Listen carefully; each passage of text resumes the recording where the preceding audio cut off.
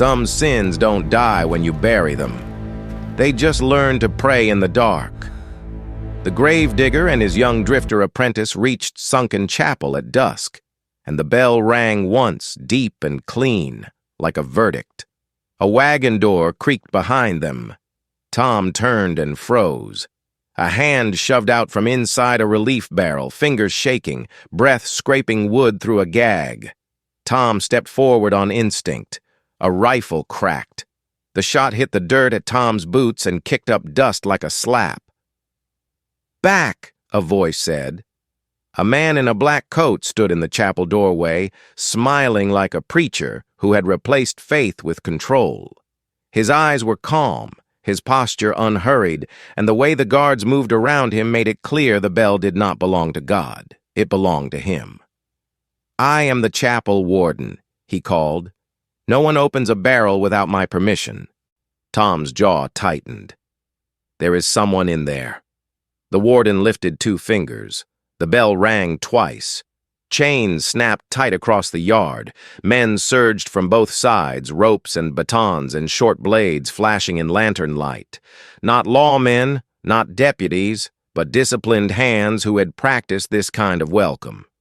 The wagons formed a half circle, the chapel steps formed the back wall, and the gravedigger and Tom were the center of a net being pulled shut. Elias Ward did not draw first. He swung the shovel like a steel door, smashing a rope hand aside, then hooked the shovel head under a chain and yanked. A guard slammed into a wagon wheel hard enough to lose his breath and fold to his knees. Another man lunged with a baton. Elias stepped inside the swing and drove the shovel handle into the man's shoulder, returning him sideways and sending him stumbling into his own partner. Tom moved fast, not reckless. He grabbed the barrel latch with both hands and tried to wrench it open. A second rifle shot screamed past his ear, close enough to make him taste fear. Elias caught Tom by the collar and hauled him back. "Not yet," Elias hissed. "They want you separated." Tom's eyes flashed. "Then what do we do?" Elias's gaze locked on the warden. "We do not fight their rhythm," Elias said. "We break the bell." The warden watched them like he was watching a story he already knew the ending of. He raised his hand again. The bell rang 3 times. The ground under the chapel steps dropped. A trapdoor yawned open and pulled lantern light, dust, and screaming air into the dark below. 2 guards misjudged their footing and slid, grabbing at chains too late. But they disappeared into the opening with a thud that echoed up from stone. The yard exploded into confusion just as the warden intended. Fear makes people obedient, and confusion makes them reach for orders. The warden stepped back into the doorway and spoke calmly over the chaos. "Bring the shovel inside," he said. "Bring the boy inside. Close the yard." Men moved to obey. A rope loop snapped toward Tom's wrists. Tom jerked back, but the loop caught his sleeve and tightened. Elias slammed the shovel blade down on the rope and pinned it to the dirt. He twisted and snapped the fibers against the metal edge. Tom tore free. They ran for the nearest cover, the shadow between 2 wagons, while the guards recovered their spacing. The barrel hand was gone now, pulled back into silence. And as if the person inside had learned the rule of Sunken Chapel the hard way, Tom's breath was sharp. "Elias, we cannot leave them." Elias's voice was low and hard. "That is why we go in," he said. "Not because they invited us, because someone is still alive in there." They slipped along the wagon line toward the chapel side wall where the stone was cracked and the ground sagged. Sunken Chapel was not just a name. The earth had swallowed the building inch by inch, and the walls were stained where rain and time had found the weak spots. A guard spotted them and shouted. Elias did not answer with a gun. He answered with leverage. He shoved the shovel under a wagon tongue and lifted. The wagon lurched sideways, blocking the line of sight. The guard fired anyway, the shot punching wood and splintering a wheel rim. Tom sprinted to the chapel side door and tried the handle. Locked. The bell rang once again, shorter than the first time, like a correction. A stone bolt inside the door slid with a heavy click. The warden was guiding the building itself like it was a machine. Tom's voice went tight. "He is locking us out." Elias's eyes flicked upward. "No," Elias said. "He is herding us to the only door he controls, the front." They heard boots pounding toward them, closing fast. Elias grabbed Tom's sleeve. Up. They climbed onto a low wagon rail, then onto a stack of supply crates, and from there onto a narrow ledge where the chapel wall met the sinking earth. The stone was damp and gritty. The drop behind them was not far, but it was enough to break a leg. Tom reached up and found a window frame half buried by silt, glass already broken long ago. Then he pulled himself through first and dropped into a dark corridor that smelled of old incense and cold stone. Elias followed, landing heavier, breath catching for half a second. Age did not stop him, but it collected interest. Behind them, a guard climbed after, reaching for the window. Elias swung the shovel once and slammed the flat blade into the frame. The guard flinched back as the shovel lodged. He did not get cut. He got warned. Elias ripped the shovel free and turned into the chapel. Inside, Sunken Chapel was wrong. Lanterns burned in neat rows. Not for prayer, for counting. Relief crates were stacked by size, barrel lids marked with chalk symbols, rope coils hung on pegs like hymn books. The pews had been pushed to the walls to clear a wide central aisle leading to the altar. And beneath the altar, a circular iron plate was set into the floor, ringed with scratches from boots and dragged weight. A hatch. Tom's voice shook. "This is a loading dock." Elias nodded once. "A church that ships people," he murmured. The bell rang twice again, and somewhere in the walls, metal shifted. A heavy grate slid down behind them with a grinding roar, sealing the corridor they had entered through. The sound was like a coffin being closed.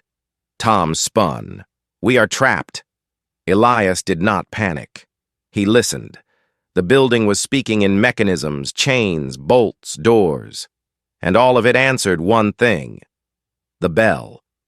Footsteps approached from the main sanctuary entrance, measured and unhurried. The warden appeared under the archway, his black coat untouched by dust, his smile intact. His men fanned out behind him in a wide crescent, keeping distance, letting the chapel do the work. "You always go where the ground is soft," the warden said. "That is why they call you Gravedigger. You cannot help yourself." Elias stared at him. "And you cannot help burying people alive." The warden's smile sharpened.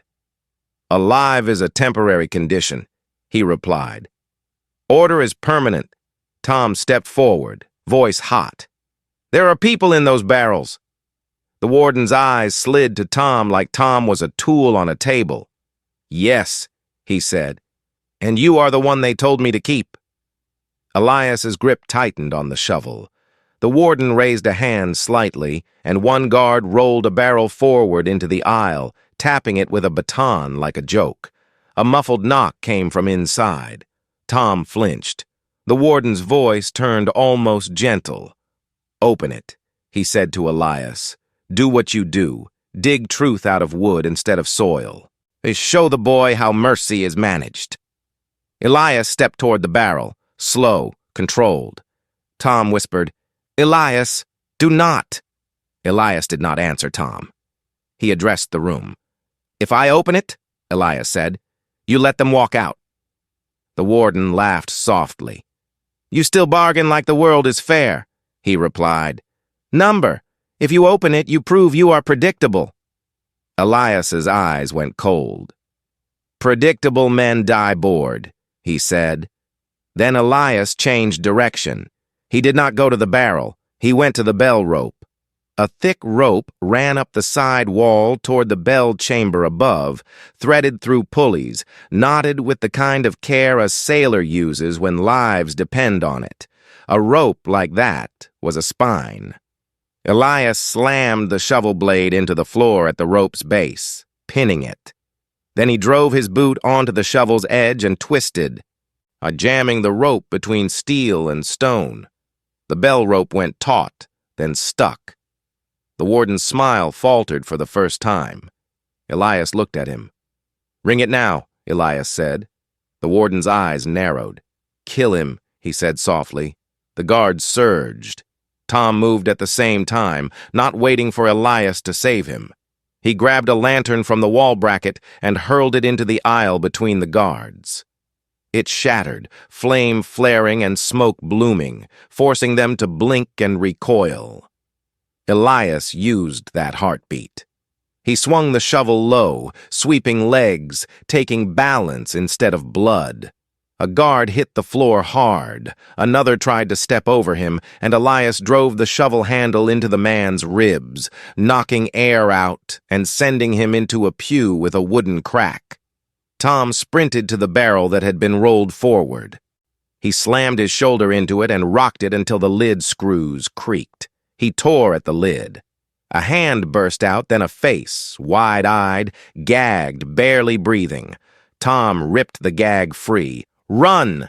Tom hissed. "Out the window, now!" The prisoner stumbled, legs weak, and vanished into the dark corridor. The warden's voice cut like ice. "Stop opening them!" Elias shoved Tom back behind the altar steps. Down. A pistol fired, the shot punching a supply crate and scattering grain sacks. Dust and flour puffed into the air, not a cloud this time, just enough to sting eyes and blur shapes. Tom coughed, eyes watering. "Elias, the grate is behind us." Elias's jaw tightened. "Then we do not go back," he replied. He grabbed the iron plate ringed under the altar and hooked the shovel under its edge. He levered. Metal groaned. A latch released with a clunk. And the hatch cracked open and cold air rose from below like breath from a tomb. The warden's eyes widened. "No!" he snapped, and his calm broke. He stepped forward himself for the first time, and that was the mistake, because legends do not wait for permission. Elias heaved the hatch open, grabbed Tom's sleeve, and pulled him down into the dark. They dropped into a stone stairwell. The steps were slick with age, not water but damp earth and seeped mineral. The air was colder, heavier, and it smelled of old candles and old fear. Above them the hatch slammed and bolts clanged. The warden had sealed them inside. Tom's breath came fast. "We are underground." Elias's voice was steady. "That is where graves live," he said. "That is where truth hides." They moved down the stairs and into a corridor lined with alcoves. And each alcove held a wooden crate or a barrel, each marked with chalk crescents and numbers. Tom's voice shook. "How many?" Elias did not answer. He did not want Tom to hear the number in his tone. A bell rang once above them, muffled now through stone. A door ahead slid open somewhere, and footsteps echoed down the corridor. Elias pulled Tom into an alcove and held a hand over Tom's mouth. Through the slit between barrels, Tom saw 3 men pass with lanterns, pushing a wheeled cart. On the cart lay a stack of lead seals and a stamping press, crescent bite carved into its face. One of the men muttered, "Next wagon goes at midnight." Another answered, "Warden says the shovel came. The boy, too." Tom's eyes widened at Elias. Elias's gaze stayed forward, but something in him tightened. The warden was not improvising. He was following a plan someone else wrote. When the men disappeared, Elias moved again, fast and silent. They reached a wider chamber where the ceiling arched like the belly of a beast.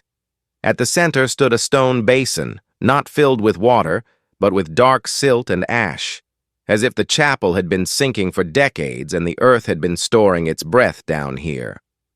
On the far wall hung a bell clapper, black metal, heavy, suspended from a chain like a pendulum waiting to swing. Beneath it was a carved stone plaque, names scratched into it in neat lines, then gouged out. A ledger written into rock, then erased. Tom stepped closer, voice low. "Those are names." Elias touched the gouged lines with dirt-stained fingers. "People who came through and became nothing," he said. A sound came from behind the plaque. A faint knock. Then a whisper, so thin Tom almost believed he imagined it. "Help." Tom spun and pressed his ear to the stone. "There is someone behind this wall." Elias scanned the seams. "It is a false panel," he murmured. He drove the shovel edge into the seam and pried. Stone shifted with a grinding sigh. A narrow opening appeared, and a hand reached out, trembling. Elias pulled the panel wider.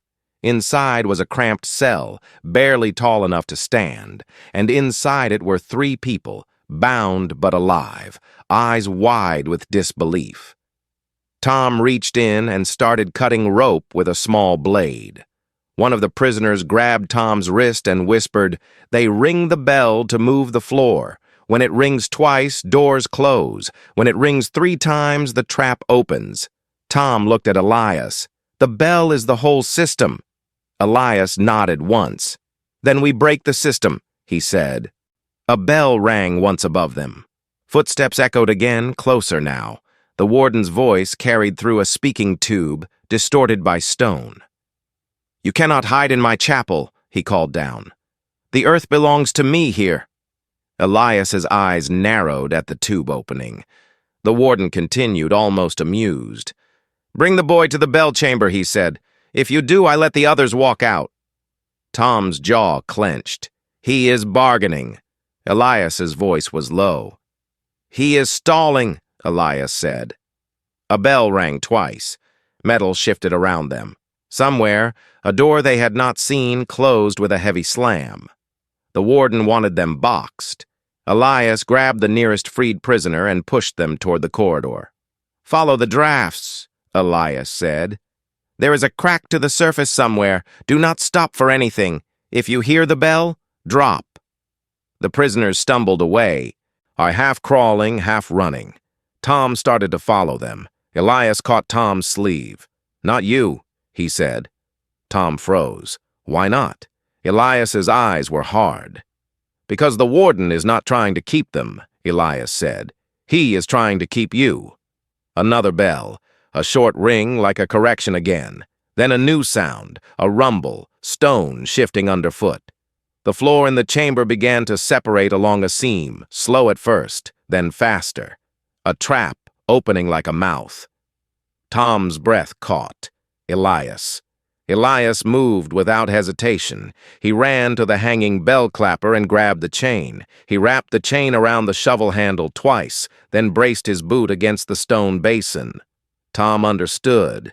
Elias was turning the shovel into an anchor. Elias shouted, "Pull with me!" Tom grabbed the chain. Together they yanked hard, using their weight to swing the clapper sideways. The clapper swung out over the opening seam. The floor split wider. Air rose from below like a deep breath. Elias timed it.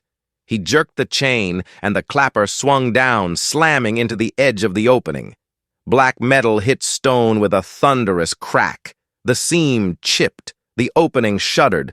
Tom's arms burned. Again, Elias barked. They swung the clapper again. Another impact. Stone fractured and jammed. The clapper wedged into the seam like a spike. The floor stopped opening, not because the trap was gone, but because the mouth had bitten down on iron. For a moment, the chapel went quiet. Then a shout echoed from the corridor. Guards were coming, running now, no longer calm. Elias looked at Tom. "Now we move," he said. They ran through side passages, deeper, then up, following air, following the faint draft that smelled of outside dust. The corridors here were older, rougher. This part of the chapel was not built for worship. It was built for hiding. Ahead, they found a narrow stair spiraling upward. Above, muffled voices. Then the warden's voice. Close now, no tube between. "He is in the bell chamber," Tom whispered. Elias nodded. "Then we end it there," he said. They climbed. At the top, they emerged into a cramped room of timber and stone, the bell chamber. The bell itself hung above, huge, dark, carved with faint symbols that were not prayers. On the wall were ropes, pulleys, and a control board with pegs and notches, like a musician's instrument for playing the building. The warden stood by the controls, hands clean, eyes bright. He did not look surprised to see them. He looked satisfied. "You made it," he said. "Good. I hate wasting effort." Tom lifted his rifle. The warden raised a palm. "If you fire in here," he said calmly, "the bell falls, the floor below opens. Those people you freed die in the dark." Tom's finger tightened, then stopped. Elias stared at the controls. "You are not the mastermind," Elias said. The warden smiled. "No," he replied. "I am the keeper. The keeper does not need to be the king." Elias stepped forward one pace. "Who gave you the mark?" The warden's eyes flicked for the smallest moment, to a corner of the room where a small box sat on a shelf, sealed in lead, crescent bites stamped clean. "He does not give names," the warden said softly. "He gives instructions." Tom's voice was sharp. "Like what?" The warden's smile returned. "Bring the shovel. Bring the boy. Bring them into the earth." Elias's grip tightened. "And when you bring them," the warden leaned closer, voice low like confession. "Then the West watches which one breaks first." Tom's stomach went cold. Elias's eyes did not. Elias stepped to the control board and placed the shovel blade against its wooden frame. The warden's smile widened. "You cannot stop it," he said. "This place is a machine." Elias's voice was quiet. "Machines break," he replied. He slammed the shovel handle sideways into the peg line. Wood cracked. Pegs snapped. The control ropes jerked. The warden's eyes widened in real anger now. "No!" He lunged for Elias. Tom moved first, grabbing a hanging rope and yanking it across the warden's legs like a trip line. The warden stumbled. Elias drove forward and pinned the warden against the control board with the shovel handle across his chest, not crushing but holding. "Tell me where Sunken Chapel sends them," Elias said. The warden coughed, eyes hard. "You think there is one place," he rasped. "There are many. That is why you cannot win." Elias leaned closer. "Then tell me the next one." The warden smiled through pain. "The next one," he whispered, "is wherever you go." Then the bell rope, damaged and half-freed, snapped tension. The bell above them groaned. The whole chamber shook as the bell shifted on its mount. Tom's eyes widened. "Elias, it is moving." The warden's smile returned, cruel and satisfied. "You broke the pegs," he breathed. "You broke your own ceiling." Elias released the warden and grabbed Tom. Down. They dove as the bell swung slightly. Not falling fully, but enough to make the ropes whip and the clapper chain lash like a snake. A beam cracked. The warden scrambled back toward the exit hatch. And as he moved, he grabbed the small sealed box from the shelf. He held it up for Elias to see, a lead seal, crescent bite. Then he tossed it, not to Elias, but onto the floor between them. It hit with a heavy clink. Elias stared. Tom reached for it. Elias snapped, "Leave it." Tom froze. "Why?" Elias's voice was hard. "Because it is bait," he said. The bell swung again, harder this time, and the clapper chain whipped across the room, smashing a lantern and plunging the chamber into flickering half-light. The warden vanished through the hatch. Elias grabbed Tom and ran the other way, down a narrow maintenance stair that smelled of dust and old rope. Behind them, the bell continued to groan and shift, not collapsing the whole chapel, but shaking it enough to make the building feel alive and angry. And they burst out onto a side ledge where the chapel wall had split from the sinking ground. Outside, air hit them like freedom. Below, the yard was chaos again. Wagons were turning, guards shouting, freed prisoners scattering into the dusk. A rifle cracked from the far ridge, not at Elias, at a wagon wheel. The shot blew splinters and forced the wagon to stop, like someone was controlling traffic with bullets. Tom saw silhouettes on horseback at distance, watching. The same kind of watchers as before. Not helpers, not the warden, the eyes. Tom's voice shook with rage. They are letting him escape. Elias's face was stone. They are writing the next chapter, Elias replied. They ran down the chapel's broken slope and into the scrub where the ground was uneven, sinking in places, treacherous in others. They did not stop until Sunken Chapel was behind them and the bell was only a dull echo. On a ridge, Elias finally slowed, breath ragged. Tom looked at him and saw the cost again, deeper now. Elias was still standing, but the legend was paying. Tom's voice softened. "You saved them!" Elias shook his head once. "We stole them," he said. "Saving is later." Tom swallowed. "The warden got away." Elias nodded. "He was meant to," Elias said. "Keepers do not die until the king is ready." Tom stared at the horizon. So what now?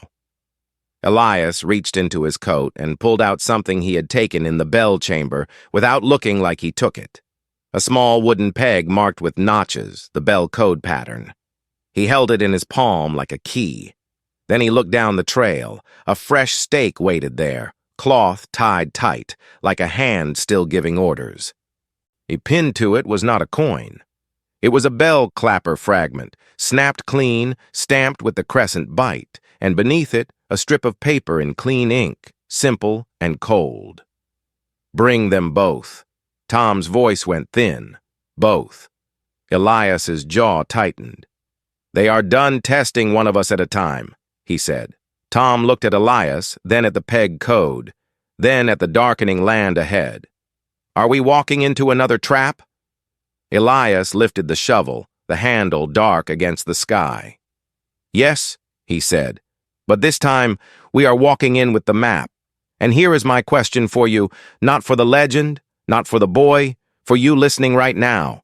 If a town offered you bread, a chapel offered you mercy, and both were built to make people vanish, would you still step through the open door when the bell rings your name?"